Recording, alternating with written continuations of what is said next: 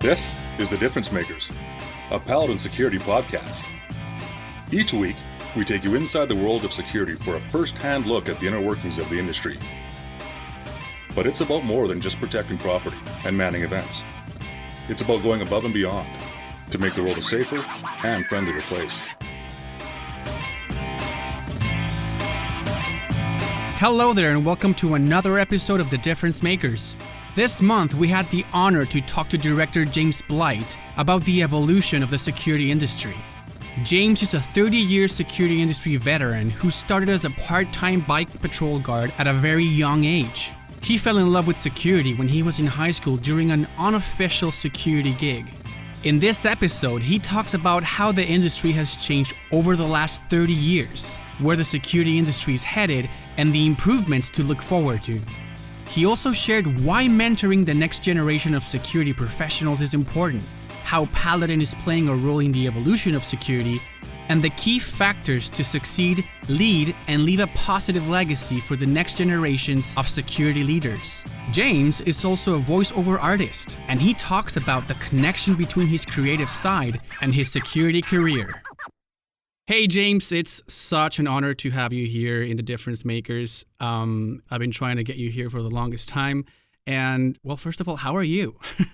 I'm doing very well. Thanks for having me on the show. I've listened to all of the episodes so far, and I'm a huge fan. Absolutely honored to be here and able to talk to everybody. Really, what we're trying to do here is spread some security industry wisdom. And yeah, you were a 25-year veteran in the security industry. And well, let's start there. I would really love to know, what was your first contact with the security industry? Take me back to that 1997 when you were bike patrolling for Concord. Tell me a bit about that. Well, okay. Actually, my career started in 1992 as an unofficial security guy for a convention center located in Burnaby, British Columbia. It was a small little convention center. It used to be an ice skating rink, curling club, and it had a skate park built into it, all inside one building. And I used to go every night and lock the door and turn on the alarm. And then all night long, I'd be on call. And if the alarm went off, I would do like a mobile response. And this was all very unofficial. But it was a nice little side income when I was in high school. But that was my first experience in security. And I got exposed to responding to alarms and investigating broken windows and entering a building when there might be a suspect inside and liaising with the police. So I'd say that was my first exposure to security officially. But that led into that. Now we get to 1997. I'd finished some post-secondary, and I was looking for something to do. And a friend of mine said, you should try security. So I went to Concord Security, because that's the company that I'd heard of at the time. They were a big player in the Vancouver market. Maybe I'll explain really quickly. In 2018, Concord Security was acquired by Paladin. But I went there, and the HR manager met with me, offered me a job to start at Metrotown the following Monday. So I think I went on a Friday, and I started on December 15th, 1997 as a bike patrol and Christmas additional officer at Metropolis at Metrotown in Burnaby. So I was one of those additional officers that got thrown in a uniform, got some training, and started patrolling the mall. And I immediately fell in love with it. I loved going to work. It was the best job I'd had. Not that I'd had a lot of jobs then, but it was easily the best job I had, and absolutely loved every day of it. It was the highlight of my career, to be honest, that starting out point, the just sort of falling in love with it, falling in love with this industry, and falling in love with the job that security professionals do.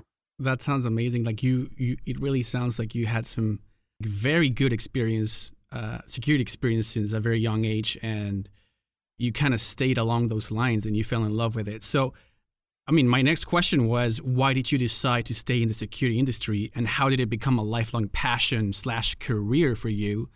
But I guess you already talked about it. We know how you fell in love. I mean, is there anything else you want to add to how you really became passionate about the industry and why did you decide to make a career out of it?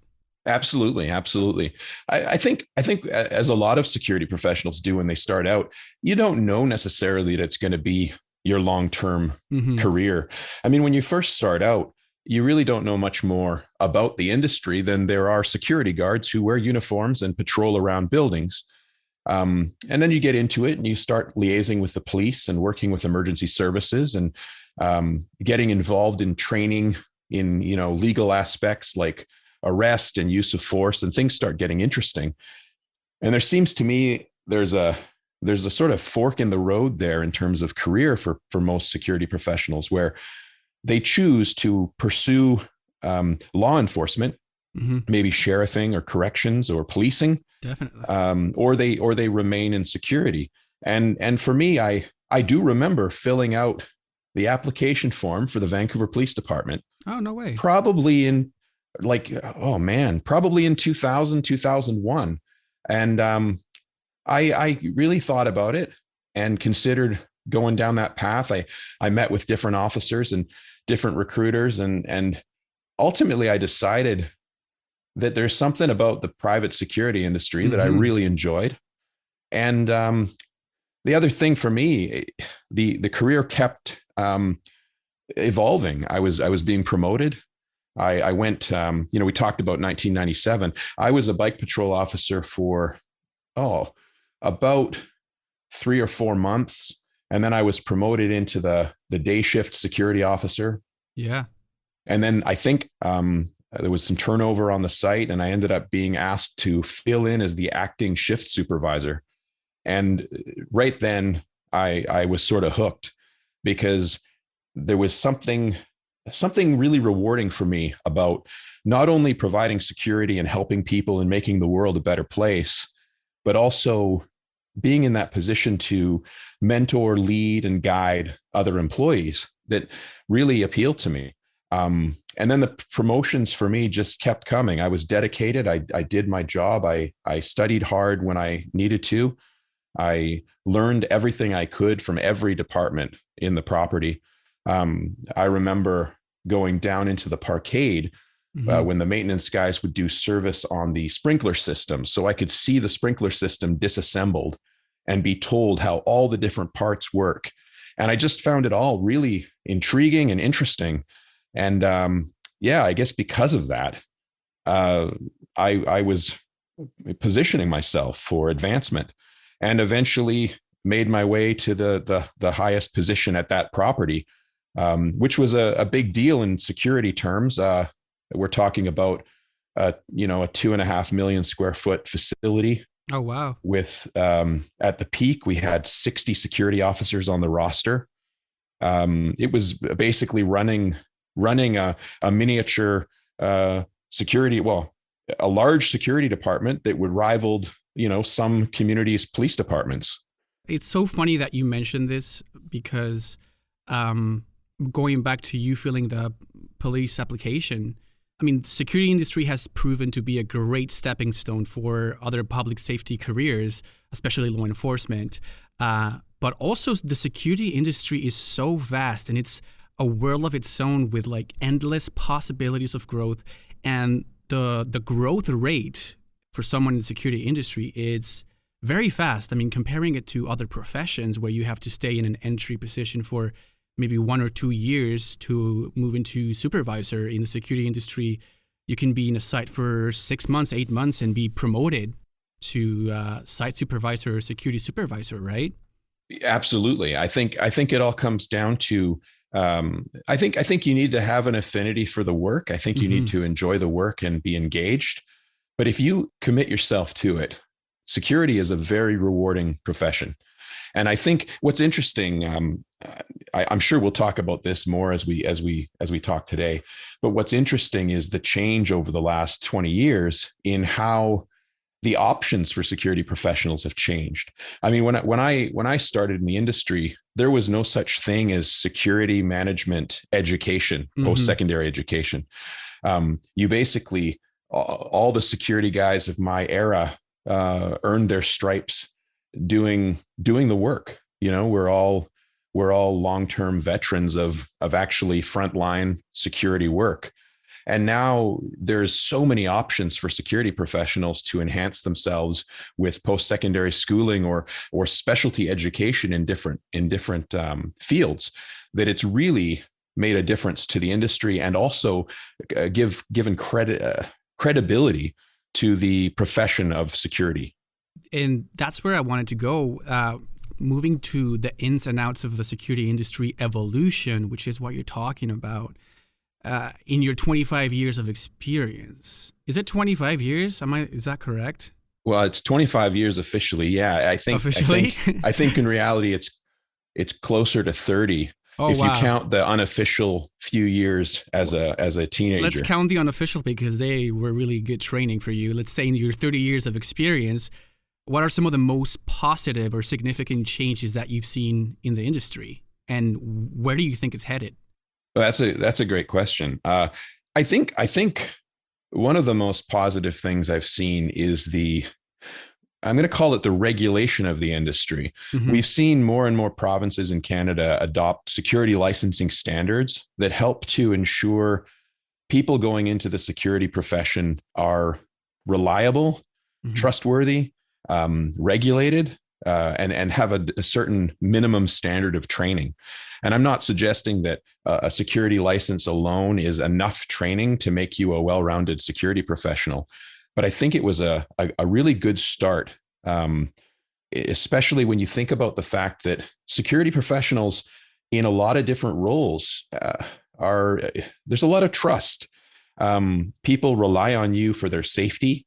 They inherently trust you to guard money, guard valuables, be sort of a steward for people's lives in certain situations. An example being, if you've got a shopping center full of people and a fire breaks out, they look to you as the security professional to guide them out of harm's way and provide them with, an escape route or instructions as to how to protect themselves. And I think because there's that degree of trust and there's that interaction with all ages of people. I mean, a security professional on a daily basis in some environments will be dealing with children, potentially interacting with youth, dealing with senior citizens, dealing with people with impairments that require extra assistance.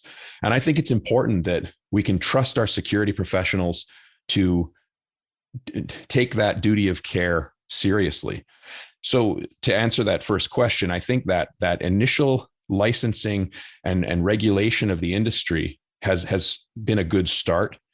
And I think in terms of where things are headed, I'd like to see more evolution in that the accreditation and the credibility of the security professional as a professional. Right. And that was something that I wanted to ask you. What are some of the improvements that you, James, would like to see in the next few years for the security industry? That's a tough question. And there's so many schools of thought on this. I know people who might be listening to this and yelling at their podcasting speakers. I think there's room to enhance the security licensing with almost a tiered system. What I mean by that is, so you get your basic security license, and then maybe you're able to get some extra training and apply for a more advanced security license. And now, first of all, I'll address this. In some provinces, this already exists. In BC, for example, you get your basic security license, and then you can get an advanced security license that allows you to do things like carry restraints and gives you more training in how to safely engage with challenging situations and individuals. Right. But I think as we move forward, I'd like to see further tiering to that, where we can add more advanced certifications that are achievable and accessible for everyone. And there are a ton. I mean, Paladin's a long-term partner with ASIS International. And there are a ton of, there's an APP program, a PSP program, a CPP program.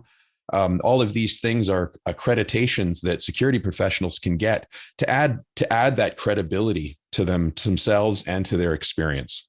I hear you on that for sure.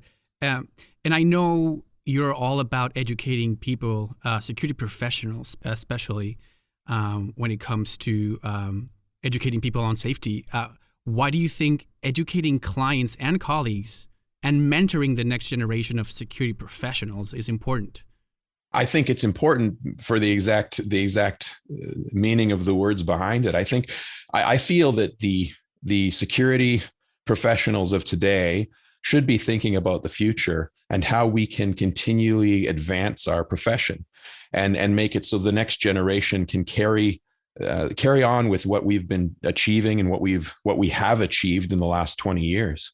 And I think that legacy is important. I mean, the dream for a lot of security professionals would be that when they're retiring, there's a procedure or a protocol or a methodology that's sort of named after them or associated with them in a positive way. And I'm not, no delusions of grandeur here. I'm not suggesting that there will be something like that for me, but that's how I think about the future. Right. I mean, it's one thing for me to have a wealth of knowledge and experience from my time in the industry and the amazing experiences I've had. I've had some incredible opportunities in this business. But I think the value for me is to take that and distill it down into meaningful nuggets of information that I can share with other security professionals who are on their way up, who I can share or that I can share with clients to make them feel more empowered or safer. And I think that's an important aspect of our professional conduct. And speaking of mentoring, I mean, Paladin has a lot of mentorships and coaching programs. Do you think Paladin's industry-leading training plays a role in this evolution that we're talking about? I do, and I'm glad you brought that up. I think there is a huge amount of value in training in general. Mm-hmm. And I think one thing that stands out about Paladin is the commitment to training their employees. There's some companies that are interested in, the bottom line or improving their stock valuation and things like that. Paladin invests a lot of money into training, promotion from within, development, all those things to make our employees feel more empowered, make them feel important, but also make them feel like they can achieve great things in their work. And I think that's rewarding. In terms of, the world-class training is one aspect of it. But the other thing you alluded to, the management training, the idea that we actively seek out individuals in our organization that show potential for future management potential or supervisory potential. We identify those people, and then we work with them and empower them and equip them to be ready to take the next step in their career. And I think that's a huge aspect of supporting security as a career or profession. Yeah. And I mean, Paladin has helped many security professionals take their career to the next level. And yet, like you said, it's promotion from within that really boosts this people being passionate also about the security industry and wanting to move through the ranks, right? Mm-hmm. And speaking of moving through the ranks, I want to talk a little bit about your progression in security. And correct me if I'm wrong. I guess your unofficial security experience also counts here. But your progression from security manager, manager of special projects, operations manager, and director of operations, that progression, do you think it is like a natural progression or the progression that is needed to lead in the security industry these days? Well, I think it's a natural progression if you put in the time and you commit yourself to the work. You nailed it. I mean, I started as a part-time bike patroller, and by the time I finished my career at Metropolis at Metrotown in 2007, I was the security manager, and then I was promoted to manager of special projects with Concord Security. So I spent about a year as manager of special projects working on various projects before moving to operations manager and then director of operations. I think it is a natural progression that will occur for anyone who puts the time and effort into the work. I Right. think security can be a very rewarding profession and career if you're willing to do the work and commit yourself to it. It does take effort and commitment to advance. I mean, at the end of the day, this is the progression that made you the security professional that you are today, right? So, we already talked about it a little bit, but do you think Paladin's promotion from within philosophy is helping to create these leaders that we're talking about, like you? Well, yeah, absolutely. And I think it's interesting. Concord Security, which is the company I worked for before. So I had left the company in 2016 to pursue an opportunity on the client side. And while I was away working for the client side of things for a property management company, Paladin acquired Concord. And it's interesting. Concord had the same sort of management or promotion from within philosophy. When I was working there, every single person in the office, I believe, had started as a security guard. And I think it's an incredible thing when a company recognizes potential, invests in that potential, and encourages growth and support. And the the VP running Concord Security when I left is a CGA, but he started as a security officer at Harbor Center downtown. Right. And I think the key to success related to promotion from within is not just to promote a person into a new leadership role, but to provide the mentoring and guidance to make that person succeed. And I think that's something that Paladin does differently than our competition. We take a real interest in not only selecting and promoting the person into this new role, but in coming along beside them, supporting them, and helping them succeed in that role. And it's interesting in the security industry in general, like I've alluded to the fact that if you put in the time and you commit yourself to it, you can move ahead quickly in this industry. And that's in any company. If you commit yourself and do a good job, you can be promoted and make your way up in the ranks.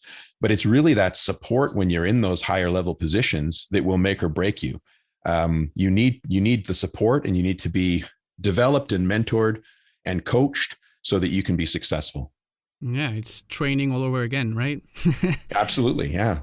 So, what would be your advice on how to create a positive change in the industry and leave a legacy for the next generation of security leaders? I think we need to continue to promote training and development. And I don't just mean training like how to do this or how to do that. I think we need to continue to promote certifications. We need to continue to promote accreditations. We need to continue to promote ongoing learning. I think that's a huge aspect for this, because if we want to have an equipped next generation of security leaders, we need to try to pass on all the information that my generation of security leaders has developed. In some cases, we've created, we've innovated, we've come up with new ways of doing things. We need to take those and we need to hand them on to the next generation. That's the legacy that we can leave to help support the next generation of leaders. And I think we're seeing it every day in Paladin. We're seeing people who have, done the work. They've been promoted into a leadership role, and they're like sponges. They just want to learn everything they can. And it's an interesting thing I've experienced after joining Paladin is everyone I've spoken to, once you get to know them and you break the ice a little bit, they're all ready to learn everything they can to be successful and to improve themselves and follow advice and all those things. It's been a really positive experience. Yeah, I mean, continuous education is very important. Some people, maybe they move into a position and they kind of stay there. And I think it's very important to have that hunger to be continuously updating on new things that come out related to your role. And I mean, like you said, like continuous education is what really makes Paladin a very strong workplace, I think. Now, do you think security is being recognized as a long-term profession more and more these days? Absolutely. And I think that ties back into some of the things we were talking about at the beginning of this conversation. Security, when I started, security was not a career per se. There were a few people who were lifers, but in general, you did it for a couple of years and then you went into policing or sheriffing or corrections. Or, I mean, I've worked with people over the years who are, one of them is now a coroner. One of them's a doctor. One of them's a nurse. Many of them are police officers. One of them's a lawyer.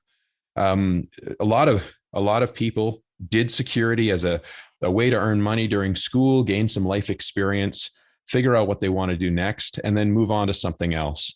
But I think as the industry has evolved and as the sort of standards and professionalism of security officers has evolved, it has absolutely become a long-term profession. I mean, there are people working for Paladin who have 20 and 25 years of service, even 30 years of service, working as security professionals within our organization, making a difference in their environments every single day.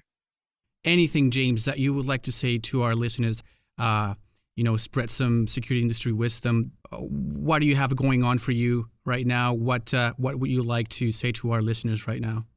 I think that one of the most valuable pieces of information I can share with someone with less experience in the industry is to just continue learning, ask questions, network with people you respect and admire, follow their lead, listen to their advice.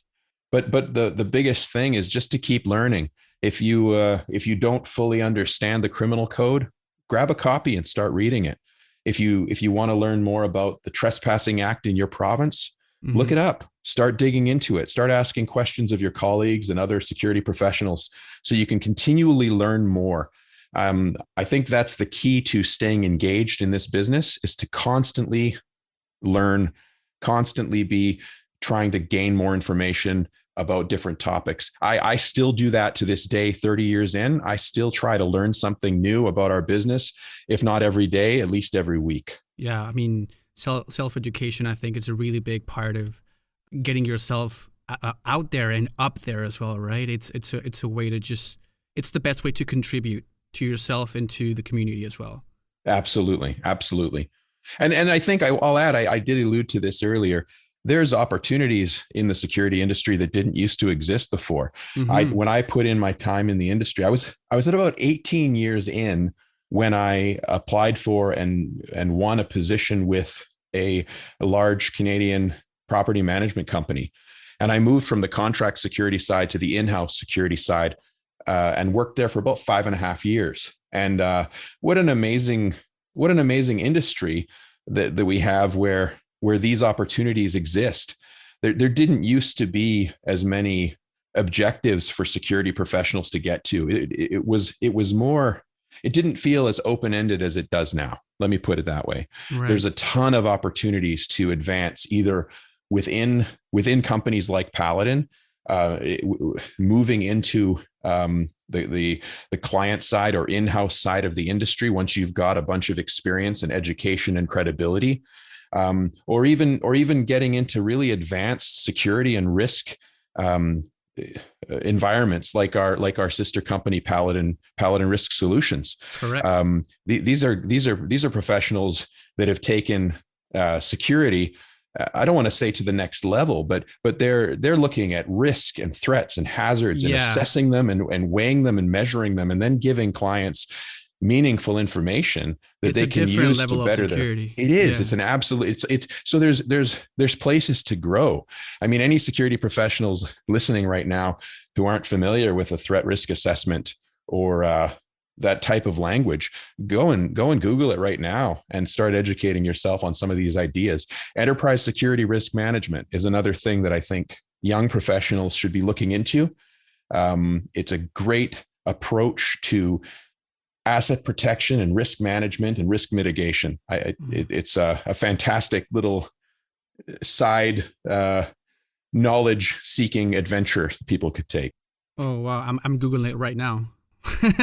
Right on. That's amazing, James. Now, as per our listeners' request, okay.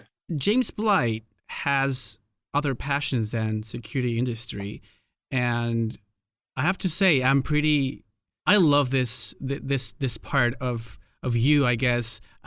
You are a voiceover artist on the side, aren't you, James? I am, yeah. I got into voiceover back in 2003.